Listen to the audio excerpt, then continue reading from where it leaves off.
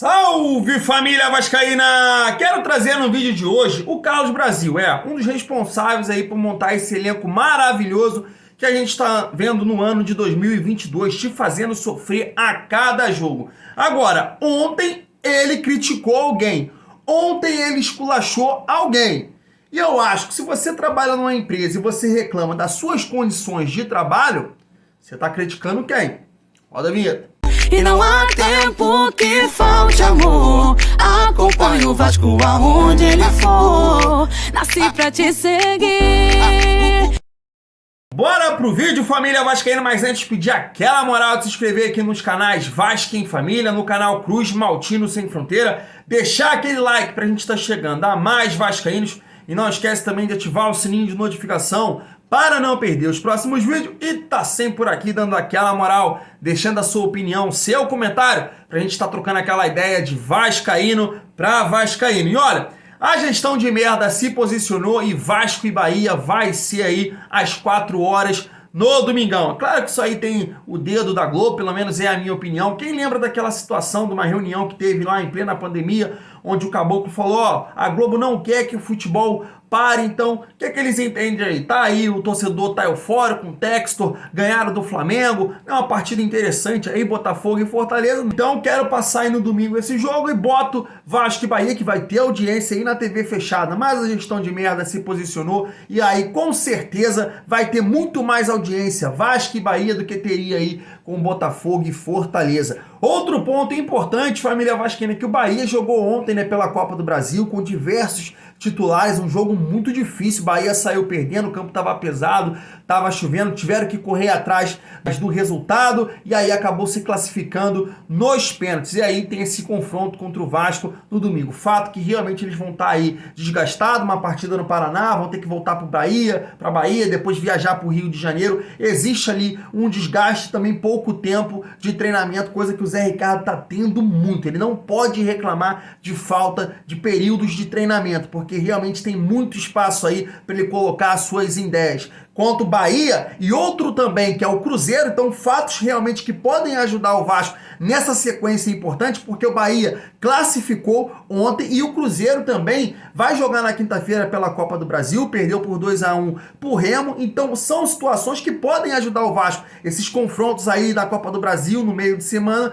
com certeza aí influencia nas partidas na Série B. E o Vasco tem uma sequência muito, mas muito importante. Se realmente quiser subir, é fundamental ir bem nesses 6 jogos aí, porque o Vasco joga aí 4 jogos em casa, 3 deles contra a parte de cima da tabela, Bahia, Grêmio e Cruzeiro. Então 2 deles aí estão com desgaste aí pelos jogos na Copa do Brasil e aí é um fato realmente importante para que o Vasco possa conquistar esses 3 pontos. Família vascaína, a gente tem que se agarrar a qualquer coisa porque realmente o time do Vasco é bem limitado. Continuando o nosso vídeo aqui, gostaria de trazer aqui o Abel Ferreira falando sobre parte tática do Palmeiras. Longe de mim, por favor, não me critique. Porra, Thiago, tu quer comparar o time do Palmeiras com o time do Vasco? Não, mas eu acho que taticamente falando, o Zé Ricardo realmente ele não consegue construir uma ideia para o Vasco da Gama, mesmo que essas peças fracas que ele tem. Primeiro eu vou passar aqui o Abel Ferreira,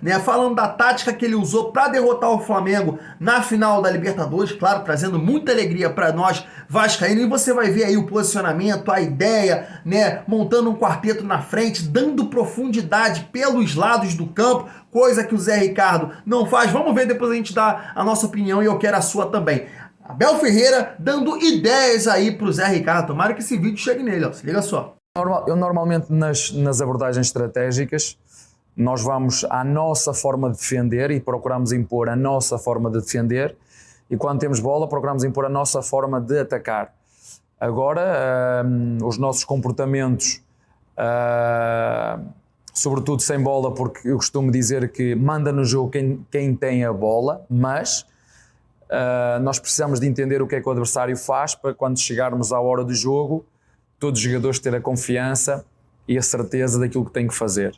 E então a nossa estrutura base, embora não esteja aqui definida, mas nós iniciamos este jogo na estrutura básica, a nossa, ou a estrutura base de 3, 4-3. Everton, Piquerez, que era um lateral que começou a construir desde trás, Piquerez, Luan e Gomes. Deste lado, a dar largura pelo lado direito, tínhamos o Mike. A dar largura pelo lado esquerdo, tínhamos o Scarpa. Tínhamos 2 médios, que era o nosso Zé sobre a direita, Danilo sobre a esquerda. Tínhamos o Dudu, que jogava para dentro, jogava por dentro.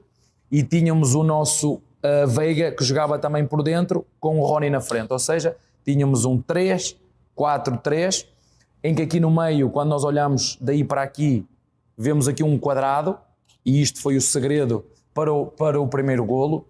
Este quadrado entre Zé, Danilo, Dudu e Veiga, que iam criar muitas dúvidas a 2 jogadores, ao Filipe Luís e ao Isla. É isso, claro que na minha opinião não dá para comparar elenco, o Abel Ferreira realmente tem um elenco muito mais de qualidade nas mãos e consegue aí movimentar essas peças. Mas por que eu tirei alguns conceitos dessa situação do Abel, que eu vi lá no Twitter e gostei, e tô trazendo pro vídeo da gente aqui do Vasco em Família? Porque o Zé Ricardo realmente, e principalmente no último jogo, mostra uma deficiência muito grande em pensar futebol.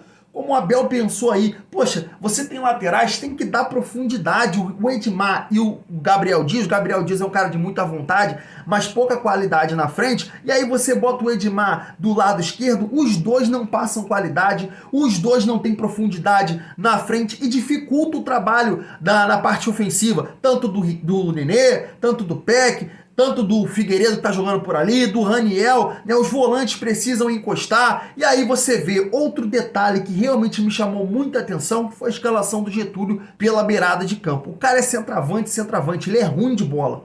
O Getúlio é o cara da última bola para empurrar pro gol. E o Zé Ricardo, ele pegou e botou o cara ali pelo lado de campo. Pô, o cara não... Meu Deus, o que o Zé Ricardo tem na cabeça? Merda? Então tá aí, Zé Ricardo. Você precisa ter um lateral, já que você tem um que marca bem, né? Realmente tem muita vontade o Gabriel Dias. Dê mais oportunidades pro Riquelme. Você não pode fazer, o cara jogou um jogo, aí jogou um tempo mal, barra o cara. Bota o Edmar que vem 10 jogos mal e tem mais oportunidades. Não dá pra entender realmente o trabalho do Zé Ricardo. Eu que era um cara aqui que sempre tava defendendo o Zé, não, o time é horrível, não é culpa do treinador do Vasco, porque ano passado passou 3 treinadores pelo Vasco e não deu jeito, mas hoje eu vejo que o Zé Ricardo erra, e erra muito nas escalações do Vasco. E quando a gente vê a falta de criação do Vasco na frente, passa sim pelas escolhas do Zé Ricardo, principalmente aí pelos laterais e também no último jogo aí colocar o Getúlio pelo lado de campo. Foi terrível, família vascaína. E pra gente estar finalizando o vídeo, vamos falar aqui da entrevista do Carlos Brasil ontem ao Seleção Sport TV. Foi um dos mais cobrados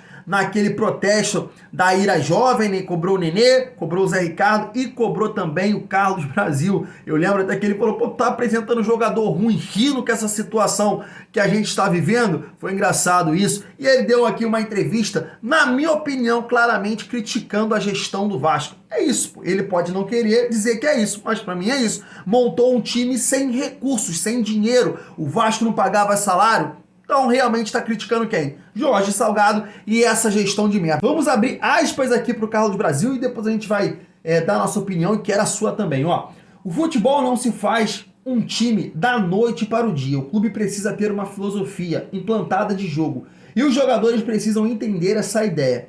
Isso não acontece da noite para o dia, infelizmente. Mas mesmo assim é uma equipe que se mantém invicta e na briga. De certa forma, isso é satisfatório.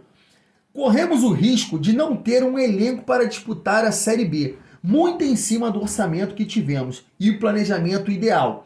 Claro que não. Aí entra muito da questão do comprometimento dos jogadores que estão aqui. São jogadores que quiseram jogar no Vasco. Precisamos valorizar esses profissionais para que possamos caminhar com essa questão da filosofia. Não é de uma hora para outra. Esperamos fazer isso a médio prazo. Tenho certeza que vamos conseguir o acesso à Série A. E aqui ele bota aqui, ó, chegamos em 15 de novembro com o mercado em andamento, tentando contato com muitos jogadores e infelizmente não conseguimos trazê-los.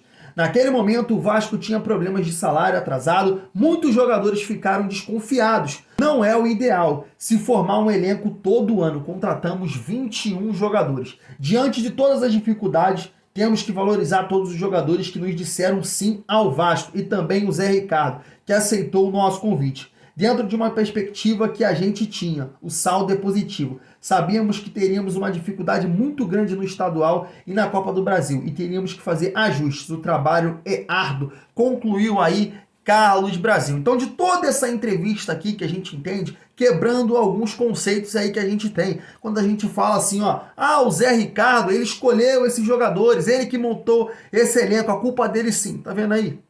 Entrou em contato com diversos jogadores que disseram não queriam vir para o Vasco pela questão de salários atrasados. Então, quem está no Vasco hoje, basicamente aí, eu olho para as contratações do Vasco, entendo que o Yuri Lara, acho que tinha mercado, o Thiago Rodrigues, também acho que tinha mercado pela competição que fez no CSA, mas, irmão, na minha visão, o resto que está no Vasco, porra, pelo amor de Deus, é o que eu tô falando. Essa gestão do Vasco impõe o Vasco à mediocridade.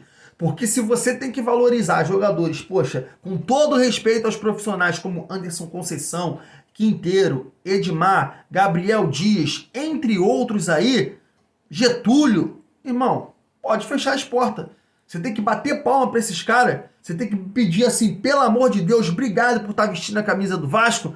Meu irmão, aí eu não aguento. Então, realmente aqui mostra que é um trabalho de merda, que é uma gestão que realmente, se não fosse aí a SAF, a 777, nós iríamos viver mais um ano na Série B e possivelmente caindo para a Série C. Porque, como ele disse aqui, salários atrasados provavelmente iam acontecer novamente esse ano e com esses jogadores aí péssimos tecnicamente. Aí você junta péssimo tecnicamente e ainda sem motivação aonde o Vasco ia parar. Parabéns, Carlos Brasil, por só confirmar que realmente o Jorge Salgado é o pior presidente da história do Vasco. Vou ficando por aqui, tamo junto e é muito bom ser Vasco.